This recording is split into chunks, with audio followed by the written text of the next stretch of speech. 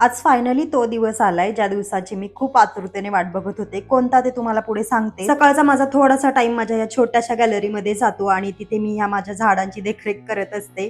काय कमी आहे काय नाही आणि ही सुकलेली पानं वगैरे काढून घेतली आणि माझं कुंडीतलं हे मनी प्लांट बघा किती मस्त आणि बुशी झालंय. आणि आज खूप दिवसानंतर चिकन बनवणार होते कारण मार्गशीर्ष महिन्यामध्ये काही आम्ही चिकन वगैरे खात नाही. मी स्वतः चिकन नाही खात, पण ह्या दोघांसाठी मला बनवायचंच असतं, त्याच्यामुळे हे सकाळी सकाळी बनवायला घेतलं होतं. जेव्हा पण घरामध्ये नॉनव्हेज बनतं ना तर ते दोन्ही टायमाचं बनतं, म्हणजे संध्याकाळी जेवणाचं काही टेन्शन नसतं मला.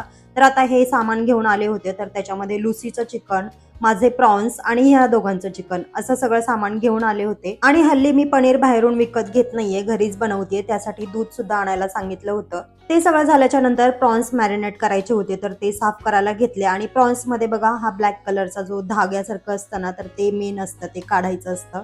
तर ते काढून मस्त स्वच्छ करून घेतले आणि मॅरिनेट करायला घेतले. मला फिश खूप आवडतात आणि ह्या दोघांना आवडतात, पण एवढे नाही आवडत, पण माझ्यासाठी मला हे वेगळे आणावेच लागतात कारण मला ते आवडतात.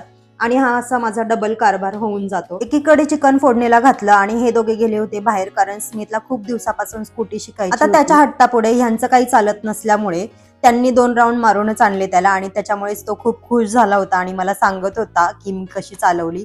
त्याच्यानंतर त्याचं जे फेवरेट चिकन आहे तर त्याचा असा सुवास घेऊन त्याला इतका आनंद झालेला की बस रे बस. चिकन जर आधी कुकरला शिजवून घेतलं ना तर आपला खूप टाइम वाचतो असं मला वाटतं, त्याच्यामुळे आधी मी चिकन शिजवून घेतलं होतं कुकरला.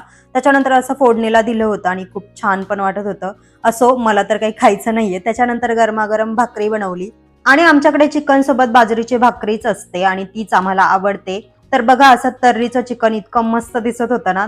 आणि हा हात स्मितचा आहे बरं का.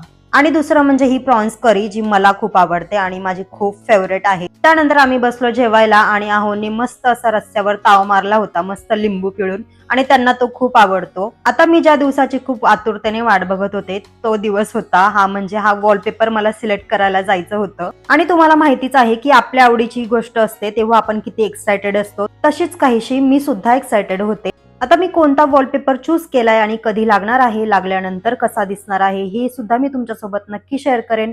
So stay tune and bye.